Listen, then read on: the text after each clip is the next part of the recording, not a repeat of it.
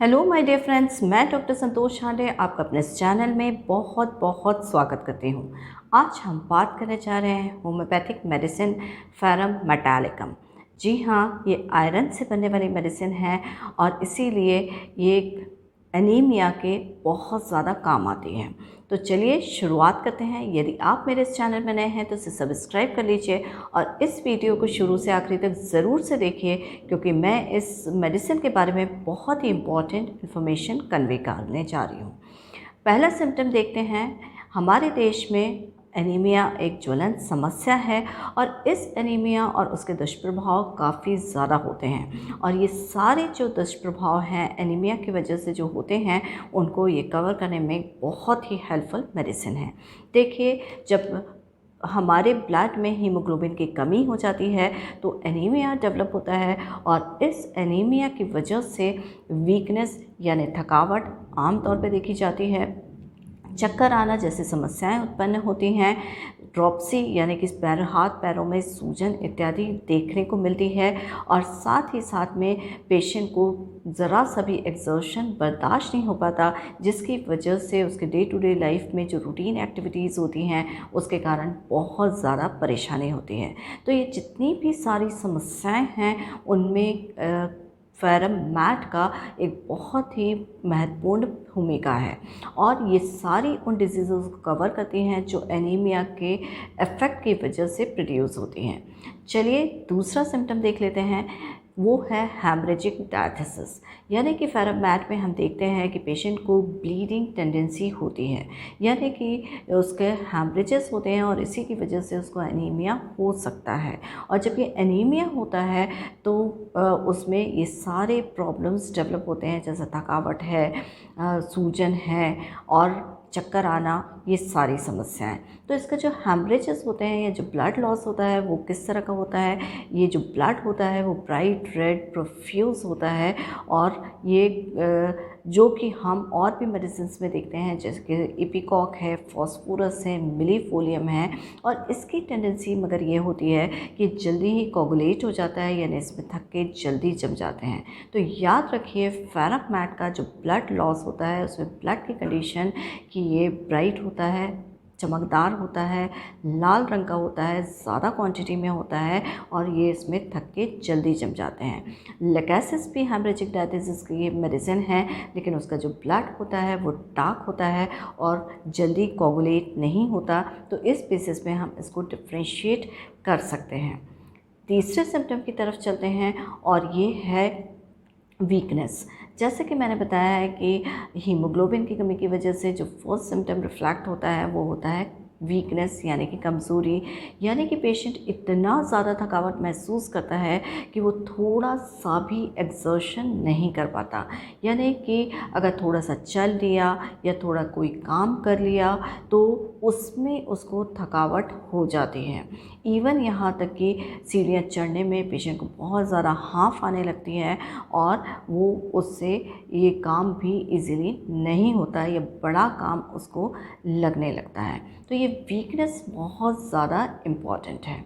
तो वीकनेस या थकावट ये एक इम्पॉर्टेंट सिम्टम के रूप में देखी जाती हैं और इसका कॉन्सिक्वेंस होता है कि पेशेंट को चक्कर बहुत ज़्यादा आते हैं। अब ये जो चक्कर आना है तो इसमें ज़्यादा इम्पॉर्टेंट क्या है, वो है इसका सेंसेशन। पेशेंट को ऐसा महसूस होता है कि जैसे कि वो वाटर पे या पानी के ऊपर में बैलेंस कर रहा है। तो इस तरह के चक्कर पेशेंट को आते हैं और ये विशेष रूप से तब होता है जब वो कोई बहता हुआ पानी देख लेता है या कोई ब्रिज के ऊपर से क्रॉस कर रहा है या ब्रिज के ऊपर खड़े होकर रनिंग वाटर को देखता है। तो तब उसको ये बैलेंसिंग सेंसेशन जैसा फील होता है। तो ये फेरम मैट का एक बहुत ही इम्पॉर्टेंट सिम्टम है। तो ये वीकनेस जो है वो एक तीसरे सिम्टम के रूप में हमने देखा। चौथा सिम्टम इसका देख लेते हैं और वो है pallor, and that is alternating with the false plethora. इसको मैं समझाती हूँ कि पेलर यानी कि पीलापन या सफ़ेदपन की तरफ जो जाता है, यानी जो एनीमिक पेशेंट्स होते हैं जिनमें खून की कमी होती है वो कैसे दिखाई देते हैं। कई बार आप लोगों का चेहरे पर ये पीलापन या हल्का सा सफ़ेदपन देख के कह रहे थे अरे रक्त की कितनी कमी है, हीमोग्लोबिन टेस्ट कराओ, हीमोग्लोबिन कम हुआ होगा।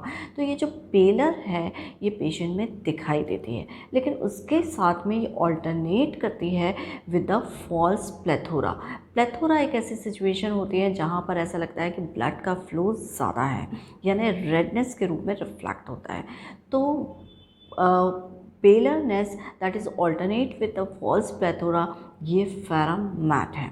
अब ये फॉल्स प्लेथोरा जो होता है कि रेडनेस कैसे अपीयर हो जाती है, ये थोड़े से भी एक्सर्शन से, यानी कि पेशेंट है पेलर दिखाई दे रहा है, लेकिन अगर उसने एक्सर्शन कर लिया तो वो रेडनेस उसके फेस पर आ जाएगी।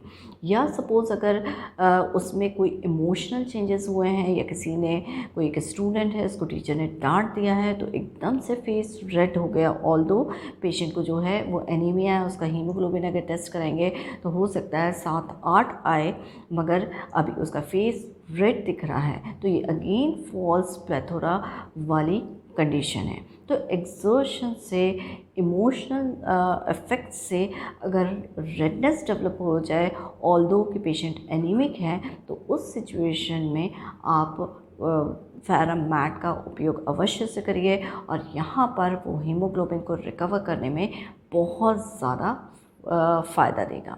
और इस पेलरनेस जो एनीमिया है उसका एक कॉन्सिक्वेंस एक और होता है जो कि है ड्रॉप्सी। ड्रॉप्सी यानी कि शरीर में पानी का एक्युमुलेशन हो जाना और सूजन आ जाना, और यहाँ पर ये विशेष रूप से देखा जाता है आफ्टर इंटरमिटेंट फीवर या फिर एब्यूज़ ऑफ क्विनाइन।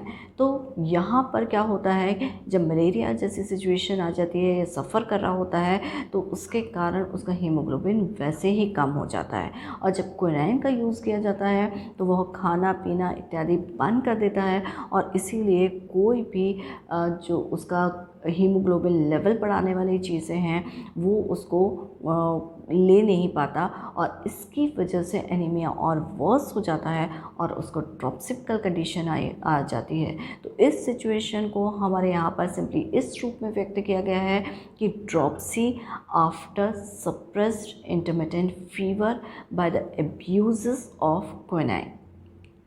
तो ये इसका चौथा सिम्टम था।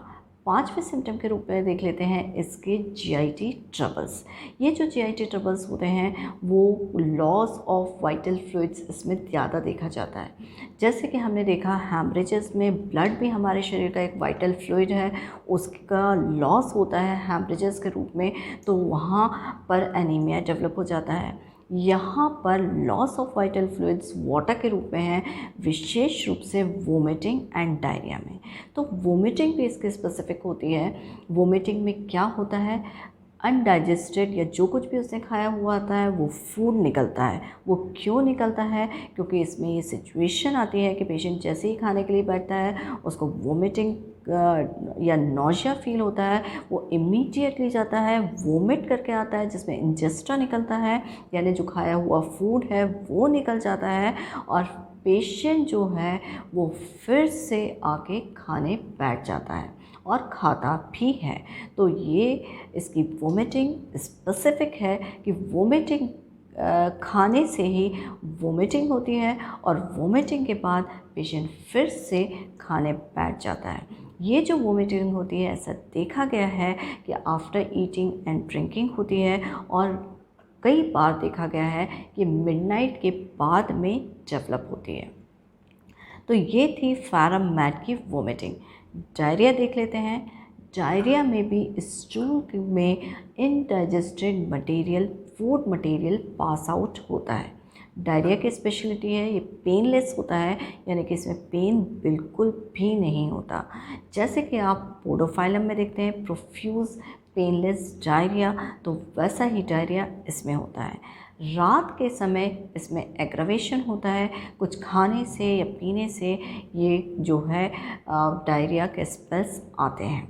तो ये था लॉस ऑफ वाइटल फ्लूइड्स। एक और इम्पॉर्टेंट थिंग है जो कि मैं हेमरेजिक डायथिसिस में आपको बताना चाहती हूँ कि हमने ब्लड का टाइप तो डिस्कस कर लिया था, लेकिन जो फीमेल्स में मेंस्ट्रुएशन है उसके थ्रू भी ये ब्लड लॉस ज़्यादा होता है। और ये जो मेंसेस होता है वो अर्ली होता है, प्रोफ्यूज़ होता है, ज़्यादा मात्रा में होता है, प्रोलॉन्ग्ड रहता है, कई दिन तक रहता है और साथ में इंटरमिटेंट फ्लो होता है। बीच में जब एक बार मेंसेस स्टार्ट हुआ 2-3 दिन चलता रहता है, फिर उसके 2-3 दिन बाद रुक जाता है और फिर से स्टार्ट होता है, तो वो भी कई दिन तक चलता रहता है। तो ये इसके थ्रू ब्लड लॉस या हैमरेजेस ज़्यादा हो जाते हैं और उसके कारण से सारी features weakness, vertigo, pallor, ringing in ears, कानों में घंटी की आवाज़ आना, ये सारे फीचर्स साथ में होते हैं। तो देखा आपने कि एनीमिया और उसके जो कॉन्सिक्वेंसेस होते हैं, प्रभाव होते हैं, उससे संबंधित शरीर की अलग परिस्थितियाँ होती हैं, उसमें फारम मेटालिकम कितना ज़्यादा फ़ायदा करता है। तो आई होप ये इन्फॉर्मेशन आपको पसंद आई होगी और यदि आपको यूज़फुल लगता है कि ये यूज़फुल साबित हुई है तो प्लीज़ इसे लाइक करिए, शेयर करिए, मेरे चैनल को सब्सक्राइब करिए और बेल आइकन पे ज़रूर से प्रेस करिए ताकि मेरे आगे आने वाले वीडियोस का नोटिफिकेशन आपको मिल सके। इस मेडिसिन से संबंधित एक क्वेश्चन पूछना चाहती हूँ कि इसमें वर्टिगो कैसा होता है। अब अगर आपको अच्छे से सिम्टम्स समझ में आ गए हैं तो ये बहुत इम्पॉर्टेंट क्वेश्चन है, आप इसका आंसर कमेंट बॉक्स में ज़रूर से लिखिए और अपनी मटेरिया मेडिका को या मेडिसिन के डिस्क्रिप्शन को या उसके नॉलेज को टेस्ट करिए। तो इसी के साथ stay healthy with homeopathy. Thank you.